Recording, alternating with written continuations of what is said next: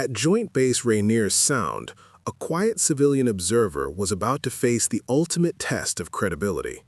What started as routine readiness drills took a shocking turn when a Marine sergeant demanded she prove who she really was. Avery Knox wasn't your typical Defense Department contractor. For 3 weeks, she had spent her days cataloging security vulnerabilities with the methodical precision of someone trained to see what others missed. Known for her ability to disappear into the background and observe without being observed, when Sergeant Turner confronted her in front of his squad, demanding her unit designation, she had no idea her whispered response would shatter every assumption about military protocol. Knox's demonstration of advanced counter-surveillance techniques would lead to the exposure of a sophisticated espionage operation. What began as a challenge to her authority would become a masterclass in operational security. The base would never be the same after learning that the most dangerous threats often hide in plain sight and that competence whispers while incompetence shouts. Before we jump back in, tell us where you're tuning in from. And if this story touches you, make sure you're subscribed because tomorrow I've saved something extra special for you. Dawn comes to Joint Base Rainier Sound like a secret whispered in gray.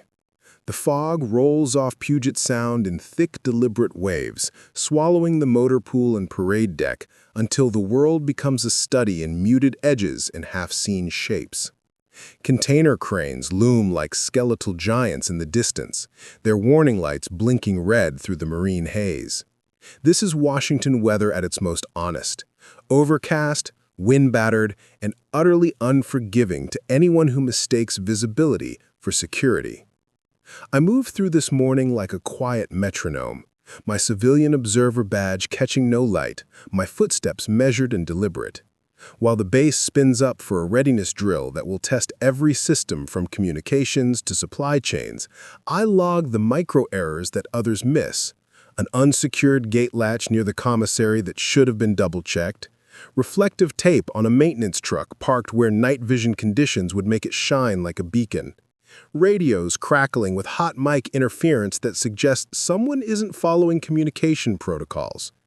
I'm the rumor with a badge, the civilian observer who appeared 3 weeks ago with paperwork that raised more questions than it answered. My temporary ID grants access but offers no explanation. My presence generates whispers but demands no salutes. In a world built on hierarchy and clear lines of authority, I exist in the spaces between, watching and cataloging with the steady patience of someone who has learned that competence whispers while incompetence shouts. Sergeant Malik Turner corrals his squad near the vehicle staging area, his voice carrying the kind of crackling energy that comes with showtime. He's built like a middleweight boxer, compact, precise, and utterly confident in his ability to control the chaos around him. His Marines respond to his commands with the fluid efficiency of a unit that has trained together until individual thought becomes collective action. There's pride in their movement, the kind of principled readiness that makes the Corps what it is. "Listen up," Turner calls out, his voice cutting through the morning fog. "Today's drill is live fire adjacent. That means every mistake costs, every shortcut kills, and every heroic individual decision gets your battle buddy hurt. We run this clean, we run this tight, and we run this like the professionals we are." His squad nods, checking gear with the methodical thoroughness of people who understand that details save lives. I make a note in my field book. Unit cohesion strong, leadership clear, ego-to-skill ratio within acceptable parameters. Lieutenant Quinn Adler floats across the formation like a clipboard made of flesh, his uniform pressed to knife-edge precision, his bearing hungry for a clean score. He's the kind of officer who has never met a metric he couldn't optimize or a process he couldn't streamline into compliance. Every interaction he has with the enlisted personnel carries the subtle weight of someone who believes that good leadership is about maintaining proper appearances. "Remember, people," Adler announces to anyone within earshot, "we're operating under a no-fault learning culture today. Mistakes are opportunities for growth, not reasons for punishment." He pauses, and then adds in a tone that suggests the opposite of his words, "But let's keep our optics tight. We have observers present, and first impressions matter." I catch the way Turner's jaw tightens at the word observers, the slight shift in his posture that suggests he's categorized me as a potential problem rather than an asset. It's a reaction I've seen before, the instinctive wariness that comes when someone who has earned their place through blood and sweat encounters someone whose credentials are deliberately obscured. Near the armory, Gunnery Sergeant Wynne Park signs for brass keys with the methodical precision of someone who has never lost accountability for anything in his care. Park is old Corps, weathered, steady, and utterly unimpressed by pageantry. His signature on the key log is followed by a brief frown, a small hesitation that suggests something doesn't quite align with his expectations. "Discrepancy in the count," he murmurs to his assistant. "We'll reconcile it after the drill, probably just a paperwork lag from yesterday's qualifications." I note the exchange, filing it away with the other small anomalies that pepper any complex operation. Individually, these details mean nothing. Collectively, they form patterns that can reveal systemic weaknesses or emerging threats. It's my job to see the forest that others miss while they're focused on individual trees. The base-wide communication system crackles to life, announcing the commencement of the readiness drill. Around me, Marines and sailors surge into motion with the practiced efficiency of a machine that has been fine-tuned through repetition. But as I watch the choreographed chaos unfold, I notice something that makes me pause. The fire alarm tests, routine maintenance that should have been completed yesterday, keep coinciding with brief bursts of camera static near the communications annex. Each time the alarm sounds its sharp, attention-grabbing note, the security feeds hiccup for exactly 7 seconds. It's a pattern so subtle that anyone focused on the immediate demands of the drill would miss it entirely. I write, "Fire alarm/camera coordination suggests timing reconnaissance. Frequency indicates rehearsal, not coincidence." Private First Class Brent Rook Miller catches sight of me writing and nudges the Marine beside him. Rook is young, eager, and still convinced that military life is about proving yourself to everyone around you. His whisper carries further than he intends. "What's she even writing? We're not doing anything classified here." The ripple of curiosity spreads through his section. I can feel their attention like a weight, the way people look at something that doesn't fit their understanding of how things should work. In their world, observers announce themselves, credentials are clearly stated, and authority follows predictable lines. I represent none of these things. Turner notices the distraction and moves to contain it with a sharp gesture. "Focus on your own lane, Marines. The observer's job is observing. Your job is not getting yourselves killed during a routine exercise." But the damage is done. The seed of curiosity has been planted, and in a closed environment of a military base, curiosity grows into speculation faster than mold in a damp barracks. As the morning progresses and the drill moves through its scripted phases, I continue my quiet catalog of everything that works and everything that doesn't. The fog provides natural concealment, but it also masks potential approaches that hostile actors could exploit.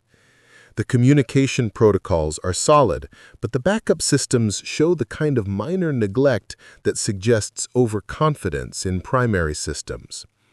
Most importantly, I noticed that the personnel, from Turner's principled Marines to Adler's metrics-focused leadership style, are performing exactly as their training has prepared them to perform.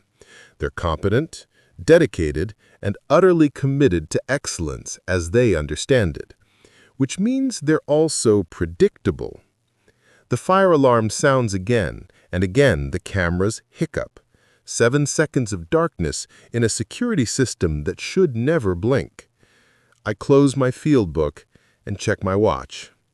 The drill is advancing toward the public challenge lanes, the portion of the exercise where units demonstrate their readiness in front of senior leadership, and unfortunately, civilian observers who ask too many questions. I can feel the morning building towards something that will shatter the careful balance I've maintained for 3 weeks. In my experience, it's not the dramatic moments that reveal the most about an organization's true readiness. It's the small moments, when someone decides that appearances matter more than outcomes, or when pride becomes more important than preparation. Turner is moving his squad toward the vehicle inspection lane, his confidence visible in every step. Adler is positioning himself where his clipboard will be most visible to the senior staff. Park is still thinking about that key discrepancy, his frown deepening as he runs through mental inventories. And somewhere in the fog, patterns are converging that none of them can see. The question isn't whether my carefully maintained anonymity is about to be challenged. The question is whether I'm ready for what happens when 3 weeks of whispered speculation finally demands an answer. The fog rolls between the stacked connexes like smoke through a maze, turning the vehicle inspection lane into a series of blind corners and half-glimpsed silhouettes. It's the kind of Weather that makes you trust your other senses. The sound of boots on wet concrete, the metallic scrape of equipment being adjusted, the way voices carry and distort in thick air.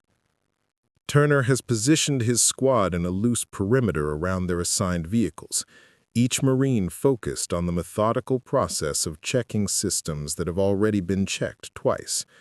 It's good training, the kind of redundant verification that keeps people alive when the stakes are real. But I can see the tension in Turner's shoulders, the way he keeps glancing in my direction when he thinks I'm not watching. The locker room gossip has been building for weeks. I've heard the fragments, whispered theories about who I really am, why I'm here, what authority I represent. Some think I'm DoD Inspector General. Others are convinced I'm some kind of congressional staffer conducting oversight. A few have decided I must be connected to one of the intelligence agencies, though they can't agree which one.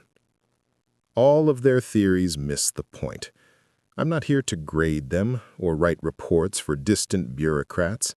I'm here because competence is fragile, and the things that threaten it are getting more sophisticated every year. Turner approaches me with the kind of deliberate stride that announces intention before words do. His Marines sense the shift and orient themselves to watch, phones appearing in hands like they're ready to document whatever comes next. The fog gives them cover to crowd closer, creating an audience that feeds on drama and thrives on conflict. "Ma'am," Turner says, his voice carrying the flat professional tone that precedes a confrontation. "I need to ask you something." I look up from my field book, meeting his eyes with the steady calm that comes from having been in situations far more dangerous than a sergeant with hurt feelings and something to prove. "Go ahead, Sergeant." "You've been watching my Marines for 3 weeks, taking notes, making judgments." He gestures toward my field book. "But nobody knows who you're reporting to. Nobody knows what authority you represent. And frankly, some of my people are starting to wonder if you have any business being here at all."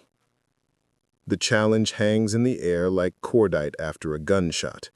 Around us, the fog continues its slow roll across the base, but within our small circle, the world has contracted to this moment, this question, this test of who belongs and who doesn't. I close my field book and slip it into my jacket pocket. The movement is unhurried, deliberate, but I can feel the way it focuses everyone's attention like a lens concentrating sunlight. "What specifically are you asking, Sergeant Turner?" He takes a half step closer, not quite aggressive, but definitely assertive. "I'm asking what unit you're with. I'm asking what your chain of command looks like. I'm asking why someone who won't identify herself gets to judge Marines who've earned their place through blood and commitment. It's a fair question, asked by a man who has every right to protect his people from outside judgment that lacks context or credentials. In his position, I would ask the same thing.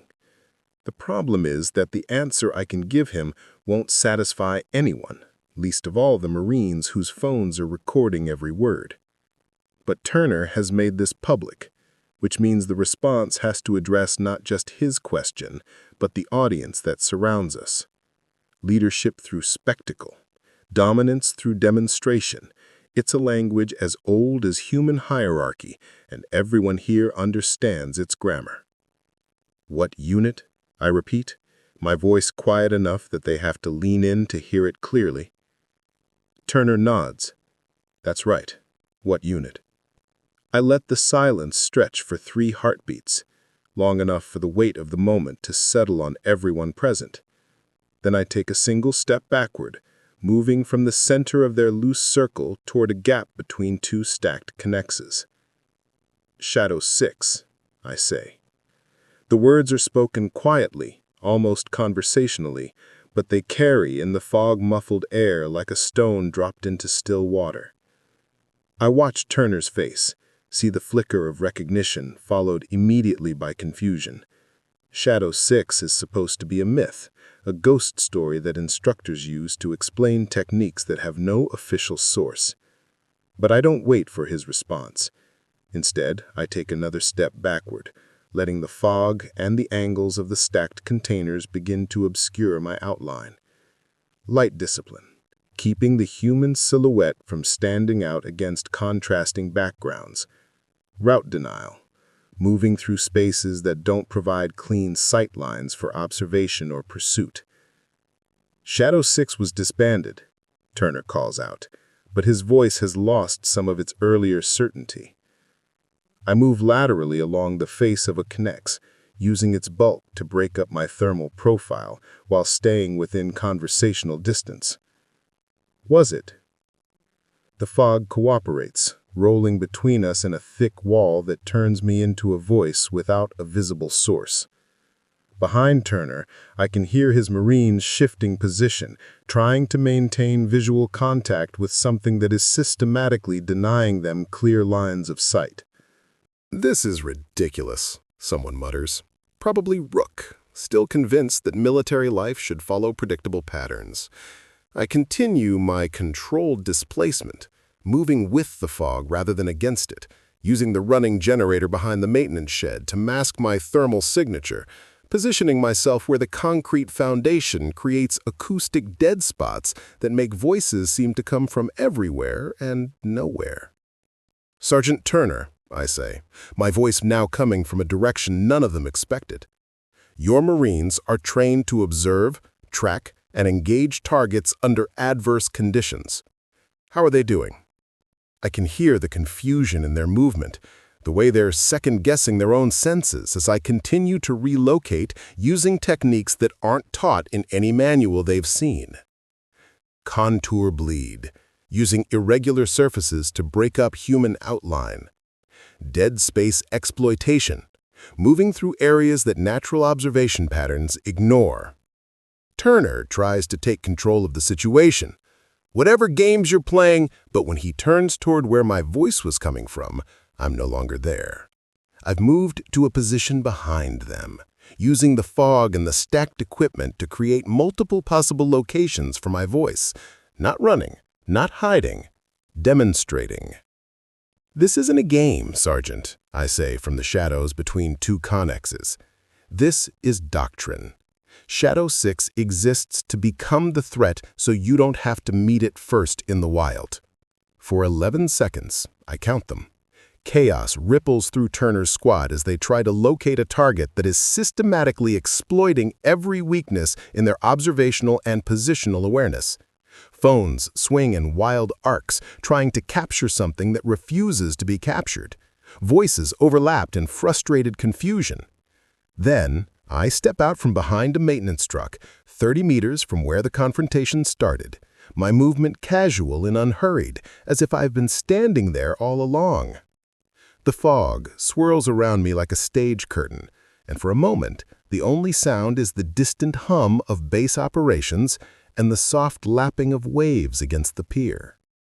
Turner stares at me, his earlier confidence replaced by the kind of professional uncertainty that comes when someone realizes they've been outclassed by skills they didn't know existed.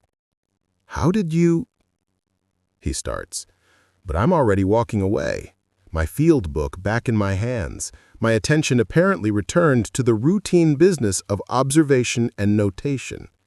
Behind me, I can hear the excited whispers of Marines who have just witnessed something that doesn't fit their understanding of how the world works.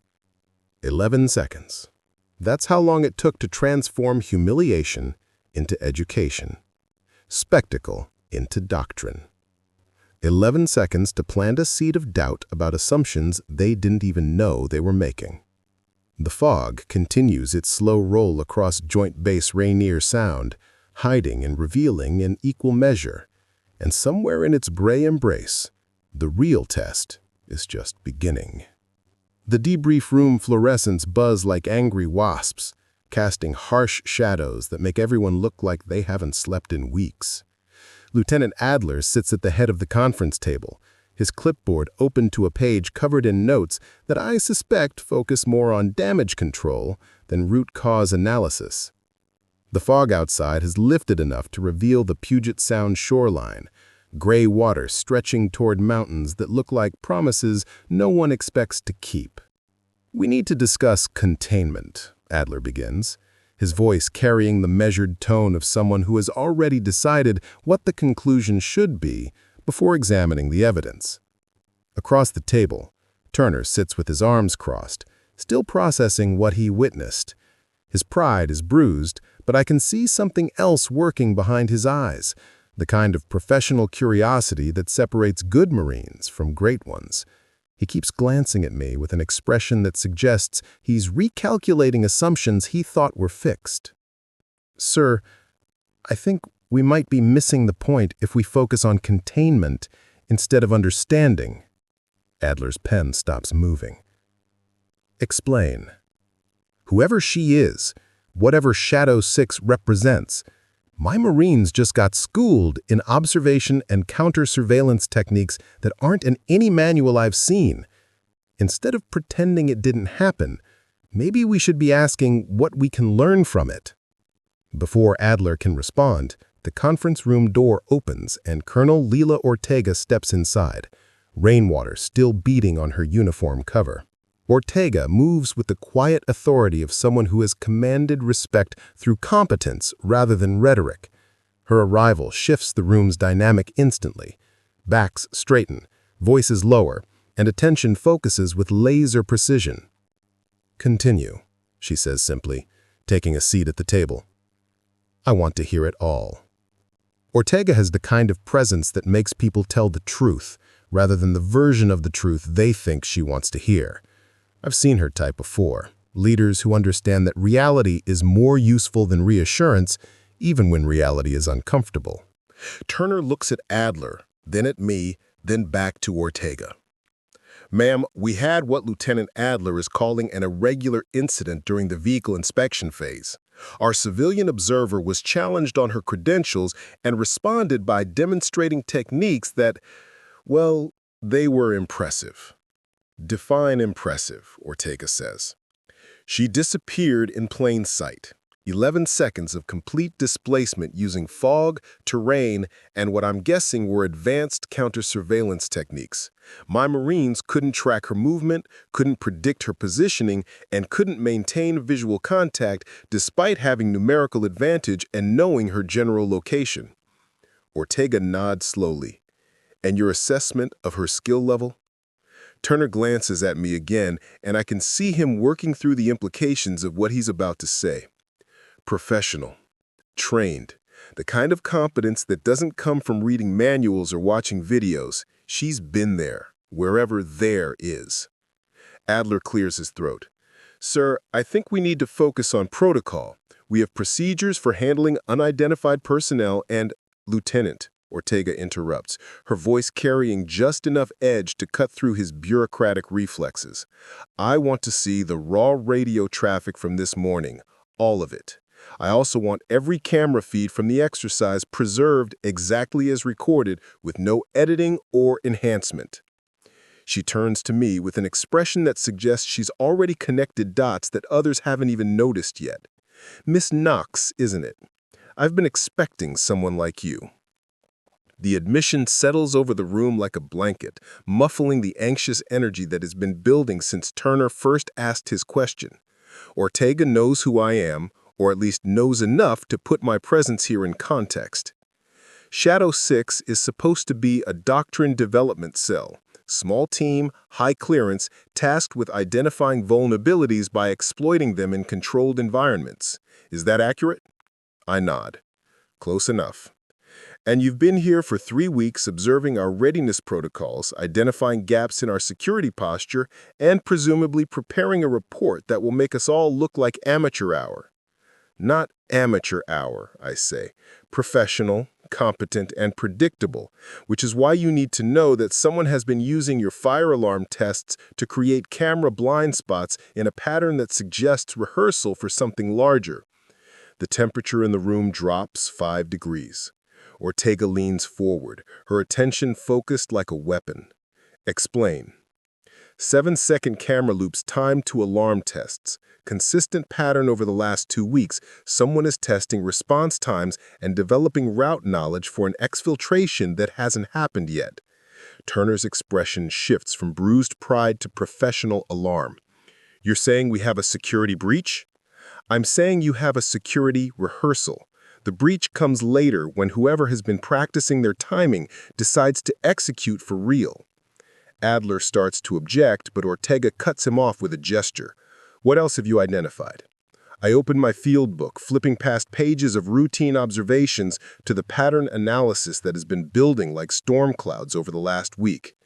Key accountability discrepancies in your armory records. Nothing dramatic, but consistent with someone who has access testing the limits of your reconciliation procedures. Radio discipline breakdowns during shift changes that create windows of vulnerability. Physical security measures that work perfectly when followed, but show drift during routine operations. Jesus, Turner mutters. How long has this been going on? Based on the patterns, at least 6 weeks, probably longer. Whoever's doing this understands your culture, your procedures, and your blind spots well enough to work within them without triggering obvious alarms. The door opens again, and Gunnery Sergeant Park enters carrying a tablet and wearing the expression of someone who has just confirmed their worst suspicions. Colonel, I've completed the armory reconciliation. We have a pattern of sign-out discrepancies that align with shift change windows. Nothing big enough to trigger automatic flags, but consistent enough to indicate system gaming. Timeline. First anomaly dates back 8 weeks. Frequency has been increasing over the last month. Ortega stands, her decision-making process visible in the way she surveys the room and catalogs resources. Miss Knox, I assume Shadow 6 has recommendations beyond identifying the problem. We do, I say, but implementing them will require accepting that optics matter less than outcomes. Your people are competent. They just need permission to act on competence instead of appearance. Turner speaks up. What do you need from us? It's the right question, asked by someone who has moved from defensive pride to collaborative professionalism in less than an hour. It's also the moment when I have to decide how much of my operational security I'm willing to sacrifice to prevent whatever is coming. I need your Marines to learn some new habits, small ones, the kind that don't look impressive but make the difference between detecting a threat and becoming one. Adler looks uncomfortable. This is highly irregular. We don't have authorization for... Lieutenant Ortega interrupts. You're relieved of incident command. Sergeant Turner, you're now my primary liaison for whatever Miss Knox needs to prevent this rehearsal from becoming an execution. The authority in her voice settles the matter instantly. Turner nods, his earlier antagonism completely replaced by professional focus. Park checks his tablet and looks ready to implement whatever changes are needed. Even Adler, despite his obvious discomfort, recognizes that protocol takes a back seat to prevention. Outside the conference room window, the fog continues to roll across Joint Base Rainier Sound, hiding and revealing in patterns that seem random but follow rules older than military doctrine. Somewhere in that gray uncertainty, someone is counting on our predictability, our adherence to procedures, our commitment to doing things the right way instead of the effective way. They've been watching us for weeks, learning our rhythms, testing our responses, preparing for something that will exploit the gap between how we think security works and how it actually works. But now, they're not the only ones watching. The real test is just beginning. The Network Operations Center occupies a cramped, humming closet that most people walk past without a second thought. Banks of switches blink like Christmas lights, and the air conditioning works overtime to keep the servers from cooking themselves to death. It's here that Pedal Officer Second Class Theo Ramirez has been living for the past 4 hours, surrounded by packet captures and RF sweep data that tell a story no one wanted to hear. "Look at this," Theo says, pointing to his monitor with the focused intensity of someone who has found the smoking gun. His workspace is organized chaos, energy drink cans, printouts Covered in highlighter marks, and 3 different keyboards because he claims each one is optimized for different types of coding. The screen shows network traffic patterns that look innocent until you understand what you're seeing. Login attempts that spike exactly 7 seconds after each fire alarm test. Data transfers that coincide with shift changes. Ghost sessions that appear in the logs but leave no trace of what was actually accessed. Someone has been practicing, I say, studying the timestamps. These aren't random intrusion attempts. This is rehearsal. That's what I thought too, Theo says, pulling up another window. But watch what happens when I overlay the physical access logs with the network activity. The pattern that emerges makes my stomach tighten. Every ghost login correlates to a specific corridor, from the communications annex to a utility subchannel that runs directly to the waterfront. Someone has been mapping not just the digital infrastructure, but the physical route they'll need to exfiltrate stolen data. How long has this been going on? I ask. First instances go back 2 months, but the frequency has been increasing exponentially over the last 3 weeks. He pauses, then adds politely, "Right about the time you arrived." The implication hangs between us like a loaded weapon. Either my presence triggered an acceleration in their timeline, or I've been watching the final rehearsals for an operation that was always scheduled to execute soon. "I need to show this to Colonel Ortega," Theo says, reaching for his phone. "Wait." I place a hand on his arm. If we go through official channels, whoever is doing this will know we're onto them. They'll either abort and try again later, or accelerate their timeline and execute tonight. So what do you suggest? I think about Turner, about the way he shifted from antagonist to ally once he understood what was really at stake. Good Marines can be taught to see patterns if you give them the right framework. I suggest we give Sergeant Turner and his people a chance to earn their keep. An hour later, I find Sergeant Turner in the motor pool, going through post-exercise maintenance with the methodical thoroughness that defines professional non-commissioned officers. His Marines are scattered around various vehicles, checking fluid levels and inspecting equipment with the kind of attention to detail that prevents small problems from becoming fatal ones. "Sergeant," I say, approaching him with the casual confidence of someone who belongs. "We need to talk." He looks up from a Humvee's engine compartment, his hands still dirty with honest work. About what happened earlier? Because I've been thinking about it, and about what's going to happen tonight, I interrupt. Someone has been using your base as a training ground for the last 2 months. They've mapped your security protocols, identified your blind spots, and rehearsed an exfiltration route that will let them steal classified data and disappear into the sound. The wrench in Turner's hand stops moving. "You're serious. Dead serious, and I need your help to stop it." I show him Tio's analysis on my tablet, walking him through the correlation between fire alarms, camera loops, and network intrusions. Turner processes information the way good infantry processes terrain, quickly, thoroughly and with an eye for tactical implications. "This is sophisticated," he says. "Professional. Whoever is doing this understands military culture well enough to work within our blind spots." Which means it's probably someone who's been part of that culture, someone with legitimate access who has decided to monetize their knowledge. Turner's jaw tightens. "What do you need from my Marines?" "I need them to learn some new habits. Tonight. The kind of small, subtle changes that will make it impossible for our insider to execute their plan without adapting to unexpected variables." "You're talking about turning my people into bait." "I'm talking about turning your people into hunters. There's a difference." "What exactly are we looking for?" Rook asks, his voice carrying the nervous energy of someone who wants to redeem himself. Instead of answering directly, I pull out a small cloth bag filled with fine powder, the kind photographers use to dust for fingerprints. "We're going to seed this corridor with tells, tiny indicators that will let us know if someone passes through here without authorization." I demonstrate the technique on a fire door that should remain closed during normal operations.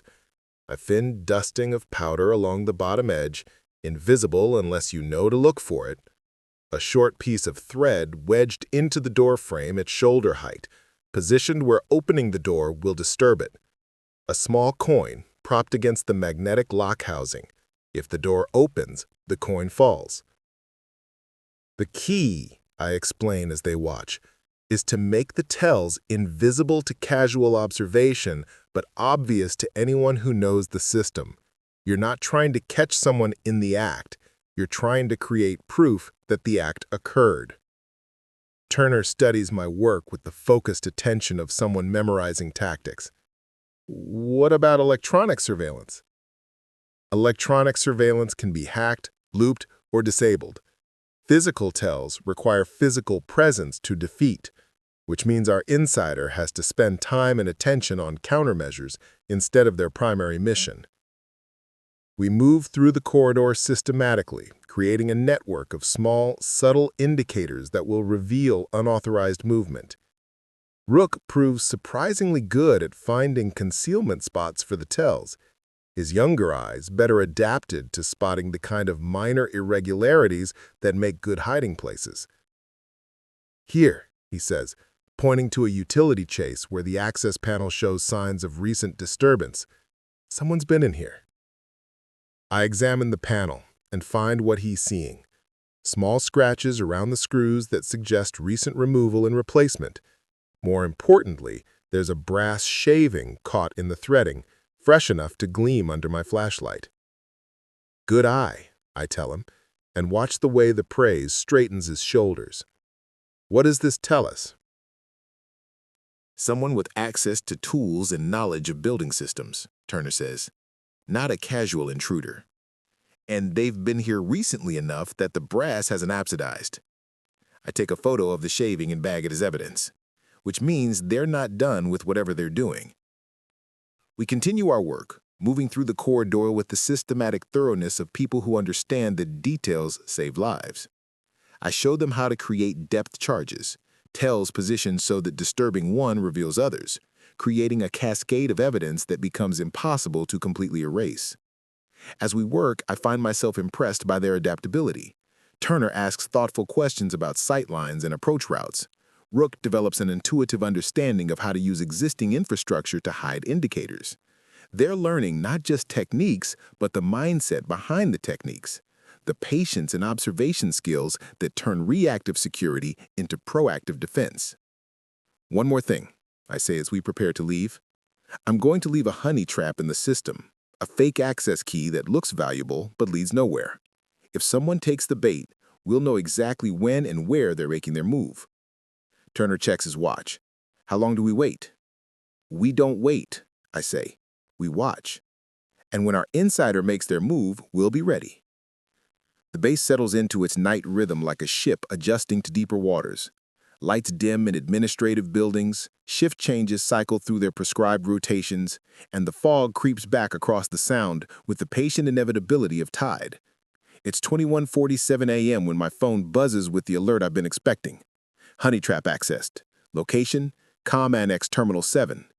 I'm already moving before the text fully registers, muscle memory taking over from conscious thought. The corridor network we seeded earlier is 300 meters from the communications annex, close enough to matter, far enough to require movement through spaces that can be observed and controlled. My earpiece crackles with Turner's voice. Shadow 6, this is Overwatch. Confirm honey trap trigger? Confirmed, I reply, impressed by how quickly he's adapted to operational communication protocols. Execute Phase 2. Phase 2 is elegant in its simplicity. Instead of rushing toward the communications annex like a herd of buffalo, Turner's Marines move to positions that control the likely exfiltration routes. No sirens, no shouting, no dramatic confrontation that might spook our insider into aborting. Just quiet, professional positioning that closes off options without announcing that options are being closed. The fire alarm system barks once, a single sharp note that cuts through the night air. Then silence. But this time, instead of 7 seconds of camera static, the feeds remain clean and continuous. Theo has rerouted the alarm triggers to bypass the systems that were being exploited. ComAnnex shows active terminal session, Theo reports over the radio. Someone is moving data right now. I'm approaching the building from the northwest, using shadows and the fog to mask my approach. The technique is called gray man, becoming invisible not through concealment, but by belonging so completely to the environment that you don't register as a threat until it's too late. Through the window, I can see a figure hunched over Terminal 7, working with the focused intensity of someone who knows their time is limited. The honey trap has done its job. Instead of alerting our insider to the compromise, it's created urgency that forces rushed decisions and sloppy operational security. Visual contact, I report quietly. Subject is copying data to external storage. Estimate 3 minutes until completion. Copy. Turner responds. Peer team reports skiff engine startup. Subject has exfiltration support standing by. The pieces are falling into place exactly as the pattern analysis predicted. Our insider isn't working alone. They have maritime extraction waiting in the Sound, probably using the fog and the complex shoreline to avoid harbor patrol detection. All teams, this is Overwatch. Execute containment. No heroes, no noise, no room for mistakes. I watch through the window as our insider completes the data transfer and begins to shut down the terminal. They're following protocol even under pressure, wiping traces, closing applications, making it look like the session never happened. Professional habits die hard even during criminal acts. The insider exits the communications annex and begins moving toward the waterfront, following the exact route that Theo's analysis predicted. They're counting on routine, on predictability, on the assumption that their patterns haven't been detected and cataloged. They're about to learn the cost of that assumption. The pier extends into Puget Sound like a finger pointing towards secrets, its weathered planks slick with fog-borne moisture that makes every step treacherous. Warning lights blink red through the marine haze, but their illumination only makes the spaces between them seem darker. This is where 30 years of careful planning meets 3 hours of improvised response. I move along the southern edge of the pier, my footsteps muffled by the fog and the constant sound of water against pilings. The thermal profile from my body dissipates into the cold night air, while my outline blends with the irregular geometry of crab pots and maintenance equipment. Every shadow is cover, every sound is camouflage. Chief Petty Officer Mario Cefa ghosts out from behind a stack of lobster traps, her movements so smooth it seems like the fog itself is taking human form. She points toward a maintenance bollard where an innocent-looking pelican case sits waiting for pickup. In the distance, barely audible over the water sounds, a small boat engine idles at quarter throttle. Atlas, the base's military working dog, sits alert at the pier head with his handler. The German Shepherd's nose is already working, processing scent signatures that humans can't detect. When I give the signal, Atlas will be our early warning system and our backup plan rolled into a furry, disciplined package. The insider appears through the fog like a ghost materializing from memory. Von Keeley moves with the careful precision of someone who has walked this route a dozen times in preparation for this moment. He's dressed in maintenance coveralls that blend perfectly with the pier environment, carrying himself with the casual confidence of someone who belongs. What he doesn't know is that his belonging is an illusion. For the last hour, Turner's Marines have been repositioning the pier's normal nighttime activity, Equipment moved, sight lines adjusted, escape routes quietly compromised. The familiar terrain Keeley has been rehearsing on no longer exists. He reaches the Pelican case and kneels beside it, producing a small flashlight that he uses to verify the contents. Data drives, encrypted storage devices, access codes that represent months of patient intelligence gathering. In the wrong hands, this information could compromise operations across the Pacific Theater. I step out of the fog 20 meters from his position, my movement casual and unthreatening. "Working late tonight, Mr. Keeley?" He freezes, his hand still on the Pelican case, his mind clearly racing through response options. Run toward the water where his extraction team waits? Try to brazen it out with cover stories and righteous indignation? Abort the mission and hope to try again another day?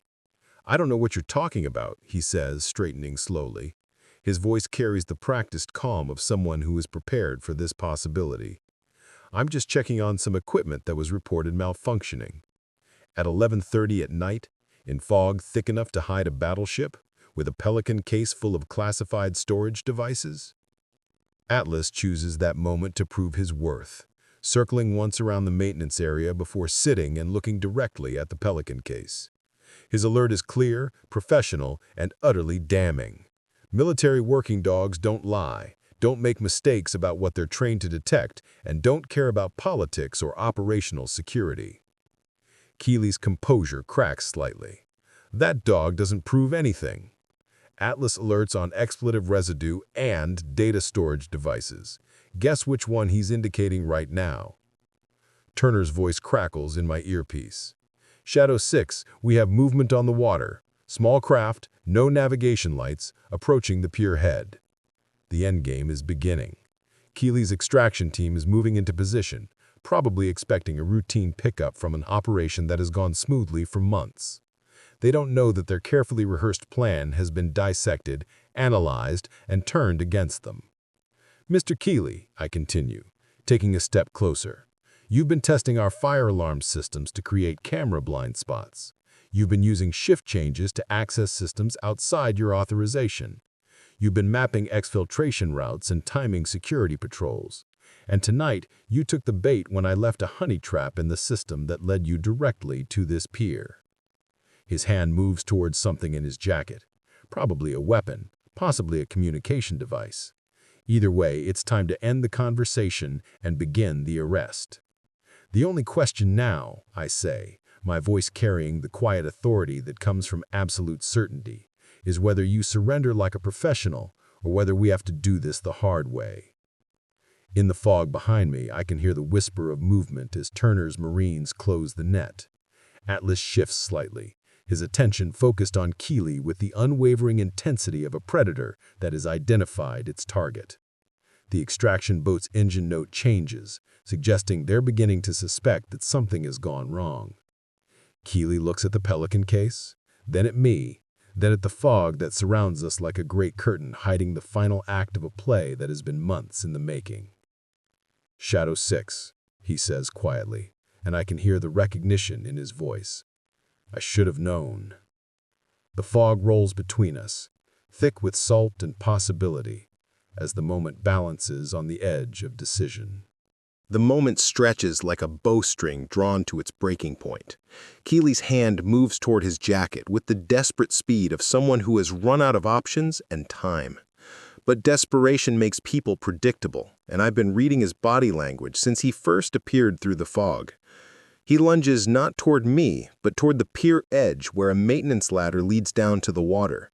His extraction boat is close enough that he might think he can make it, 30 meters of fog-shrouded water between captivity and escape. It's not an unreasonable calculation if you don't account for the variables he can't see. I close the distance while he's still committed to his movement, my approach angled to cut off his line to the ladder. 20 years of training in environments where hesitation kills has taught me to read intentions before actions, to be where the threat is going rather than where it's been. Keeley produces a collapsible baton from his jacket, the kind favored by security contractors who want something more substantial than pepper spray, but less lethal than a firearm.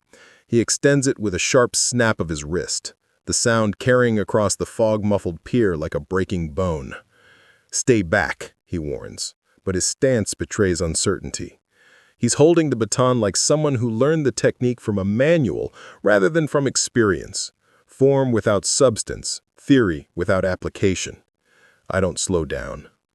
The redirect comes naturally, a slight shift in my approach that makes him commit to a swing, then a step inside his arc that puts me too close for the weapon to be effective. My left hand controls his wrist while my right strips the baton away with a sharp twist that uses his own momentum against him. The water behind us provides the perfect backstop. Instead of driving him down onto the unforgiving pier planks, I use his forward momentum to guide him toward the edge, maintaining control of his movement while Atlas barks once, a sharp, authoritative sound that cuts through the fog like a blade. Keely tries to resist, but leverages physics, and physics doesn't negotiate. A controlled knee strike to his solar plexus doubles him over, and a precisely applied wrist lock puts him face down on the pier in less than 3 seconds. The fog swirls around us like applause from an invisible audience. "Turner," I call out, maintaining the hold while Keely struggles against restraints that tighten with resistance. "Secure the Pelican case. Nobody touches the contents without gloves and documentation." Turner appears through the fog with the steady competence of a non-com who has learned to trust unusual orders when they come from people who know what they're talking about. He snaps on latex gloves and carefully opens the case, revealing a treasure trove of data storage devices, encrypted drives, and what appears to be a printed invoice from a shell company. "Jesus," Turner mutters, photographing the contents with his phone before touching anything. "How much classified material is in here?"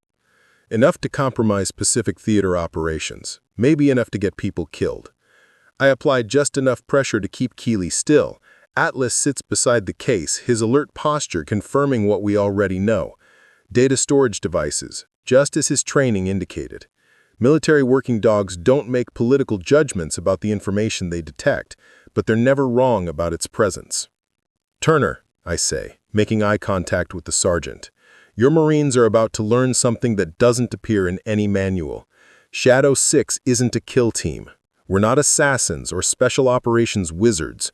We're a doctrine cell. We become the threat so you don't have to meet it first in the wild."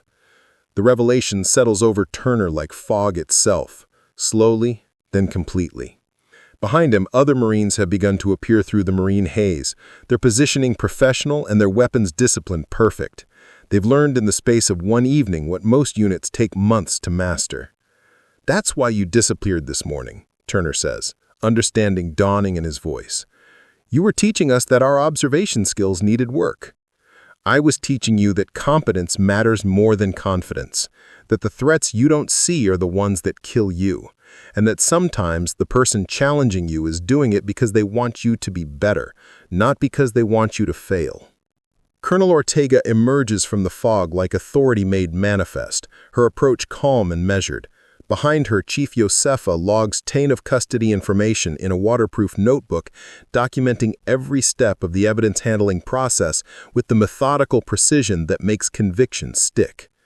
"Mr. Keely, you're under arrest for espionage, theft of classified materials, and violation of your security clearance. You have the right to remain silent." As she continues the Miranda warning, I release the wrist lock and help Keely to his feet. His extraction boat has gone silent, its engine probably cut when the crew realized their pickup had gone sideways.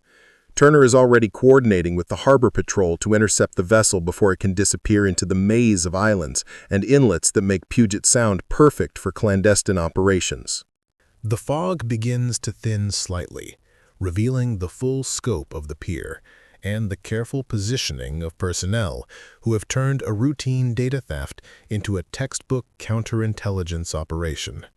No shots fired, no dramatic confrontation, no heroic individual actions, just professional competence applied with precision and timing. "Shadow 6, Keely says, as the handcuffs click closed. "I should have researched your methods instead of your mythology." "That," I reply, "is exactly the point." The fluorescent debrief room has been transformed from a space for damage control into a laboratory for understanding. Evidence bags line one table, each tagged and documented with the kind of meticulous care that turns criminal cases into convictions. The Pelican case sits open, its contents photographed from every angle and logged with chain of custody precision that would make a federal prosecutor weep with joy. Lieutenant Adler sits at the far end of the table, his clipboard filled with notes that focus on containment rather than comprehension. His discomfort is visible in every line of his posture. This is not the kind of story that fits neatly into after-action reports or efficiency metrics. "We need to discuss how we handle the narrative," Adler begins, his voice carrying the practiced caution of someone who has learned that irregular incidents become career-defining moments. "What happened tonight was successful, but it was also highly irregular. We operated outside established protocols, used techniques not covered in our training manuals, and coordinated with personnel whose official status remains unclear." Colonel Ortega stops him with a look that could freeze seawater. "Lieutenant, the narrative is simple. We identified a security breach. We developed countermeasures, and we prevented the compromise of classified materials. Everything else is operational detail." "But, sir," Adler persists, "the methods used were effective." Turner interrupts. "The methods were effective. My Marines learned more about operational security in one night than they had in the previous 6 months. We caught a spy, prevented a data breach, and improved our readiness. Everything else is just paperwork." Turner has changed. The defensive pride that marked our first encounter has been replaced by something more valuable: professional confidence based on demonstrated competence rather than assumed authority. His Marines have changed too. Their questions more thoughtful, their observations more precise. Rook raises his hand like he's still in boot camp. "Ma'am, I need to say something." Ortega nods for him to continue. "I was the one spreading rumors about our observer, about Shadow 6, about whether she belonged here." His voice carries the weight of someone owning a mistake that could have had serious consequences. In a different kind of organization, this would be the moment for punishment, for examples to be made and lessons to be taught through pain. But Ortega runs a different kind of organization. "What do you recommend we do about that, Marine?" she asks.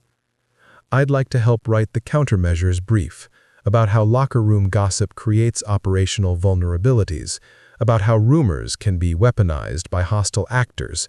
I figure if I helped create the problem, I should help solve it." Ortega nods approvingly. "Granted. You'll work with Ms. Knox to develop protocols for information discipline that don't rely on paranoia or mistrust." Dr. Priya Menon speaks up from her position near the evidence table. "What we're seeing here is a case study on how organizational culture can be exploited by hostile actors. Keeley didn't just steal data, he used our own habits and assumptions against us, our shift change protocols, our alarm testing procedures, our tendency to trust people with legitimate access." She pulls up a tablet showing timeline analysis. The pattern suggests he's been developing this operation for months, but he accelerated the timeline when Ms. Knox arrived. Her presence forced him to move before he was completely ready, which created the gaps that allowed us to detect and counter his activities. "Speaking of which," Ortega says, turning to me, "I think it's time for complete transparency. What exactly is Shadow 6, and why hasn't anyone in my chain of command heard about it before tonight?" I set down my field notebook and meet her gaze directly. Shadow 6 is a doctrine development cell within the Defense Intelligence Agency. We're tasked with identifying vulnerabilities in military installations by exploiting them in controlled environments. Our methods are classified, our personnel are compartmented, and our reports go directly to facility commanders and security coordinators. "How many bases have you evaluated?" Turner asks. 37 installations over the last 5 years. Joint Base Rainier Sound is number 38. I pause, then add, "You're the first installation where we've had to transition from evaluation to active counterintelligence operations." Lieutenant Adler looks uncomfortable with this revelation. "What will your report say about our readiness?" That your people are competent, dedicated, and capable of adapting to new threats when given proper training and clear authority. That your security vulnerabilities were systematic rather than personal, which means they can be fixed through process improvement rather than personnel changes. The door opens and 2 federal agents enter, followed by Gunnery Sergeant Park carrying a thick folder of documentation. The agents look like they've stepped out of a recruitment poster. Dark suits, serious expressions, and the kind of professional bearing that suggests long experience with cases that don't make the evening news. "Colonel Ortega," the senior agent says, "we've completed our preliminary interview with Mr. Keeley. He's been remarkably cooperative, especially after we showed him the evidence your people collected." "What did he tell you?" Ortega asks. "That this operation was part of a larger network targeting Pacific Theater installations. That he was recruited by a shell company with connections to foreign intelligence services, and that he was supposed to be extracted tonight for immediate debriefing and relocation." Park sets the folder on the table. "This is everything we recovered from his quarters and workspace. Financial records, communication logs, and what appears to be targeting information for at least 6 other installations." The scope of the operation settles over the room like a heavy blanket. What started as one single insider threat has revealed itself as part of a systematic campaign against U.S. military readiness in the Pacific. The techniques we developed tonight, the quiet surveillance, the pattern analysis, and the cultural countermeasures will need to be shared across multiple commands. "Ms. Knox," Ortega says, "I'm formally requesting that Shadow 6 establish a permanent training liaison with Joint Base Rainier Sound. What happened tonight needs to become standard procedure, not extraordinary circumstances." I nod, already mentally composing the after-action report that will turn one night's improvisation into doctrine that can be replicated and refined. I'll need Sergeant Turner as my primary contact. He's demonstrated the kind of adaptability that makes new techniques work in real-world conditions. Turner straightens slightly. "Ma'am, I'd like to request assignment to Shadow Methods training, permanently."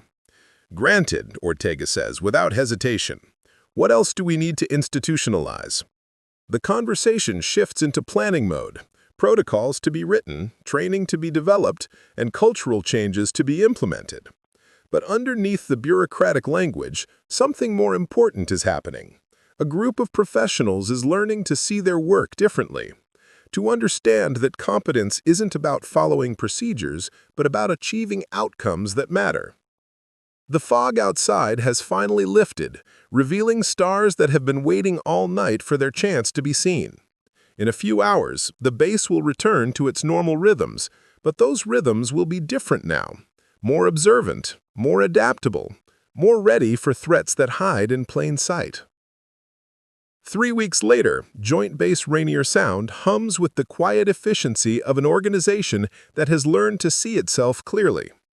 The new protocols aren't dramatic. Fire door hinge checks that take 30 seconds, alarm system tests that no longer coincide with camera maintenance, or key custody procedures that require randomized double-signature verification.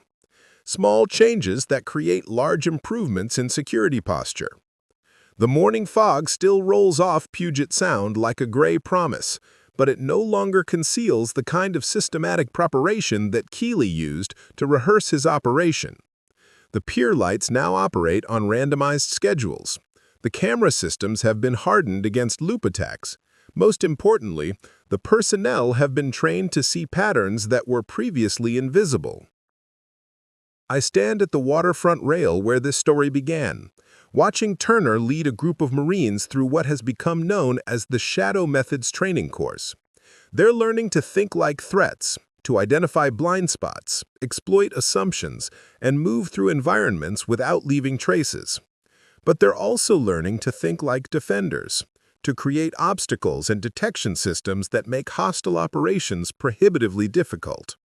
Atlas noses my hand, his tail wagging with the satisfaction of a dog who has earned his treats through honest work. Military working dogs don't hold grudges, don't second-guess their handlers, and don't care about the politics of counterintelligence operations. They just do their jobs with unwavering competence, which makes them excellent role models for humans who take themselves too seriously.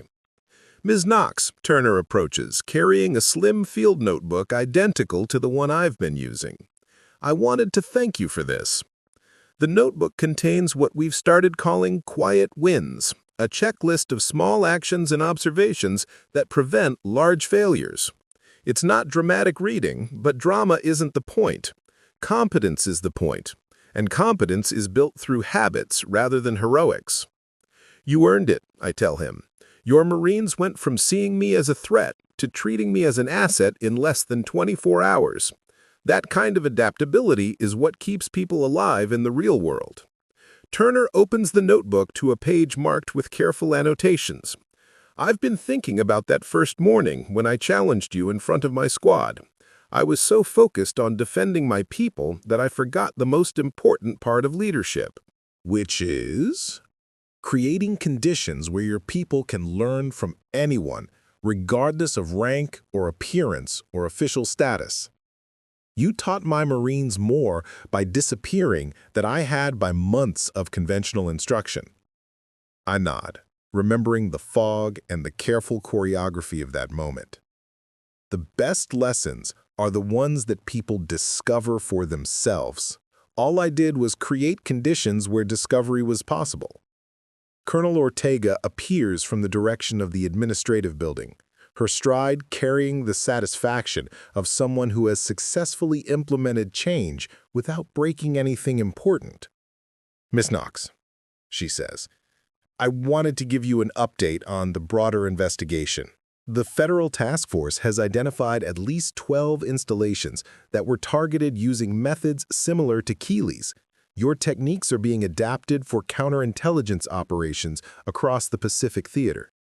Any resistance from local commanders? I ask. Some initial skepticism about irregular methods, but the results speak for themselves.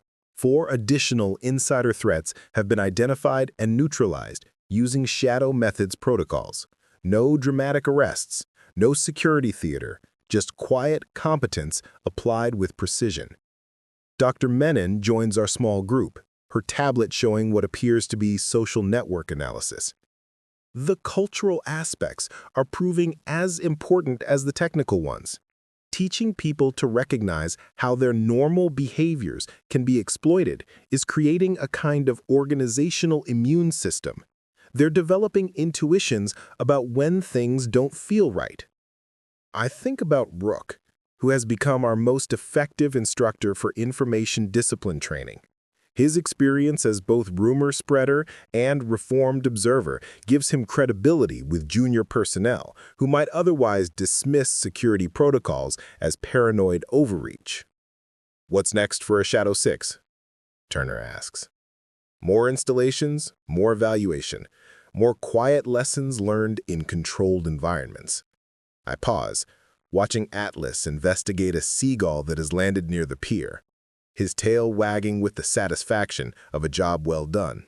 Military working dogs understand something that humans often forget, that the most important victories are the ones that never have to be fought because someone was paying attention to the small things that prevent big problems.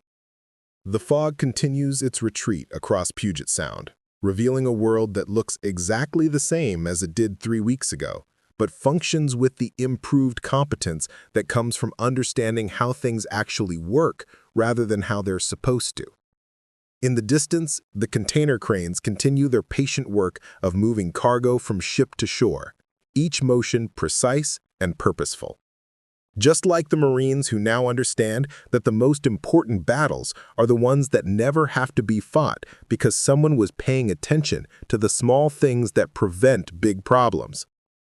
The morning sun breaks through the overcast for the first time in weeks, casting sharp shadows that reveal details previously hidden in gray uniformity. It's going to be a clear day, the kind where visibility extends all the way to the horizon and nothing can hide in the spaces between what is and what appears to be.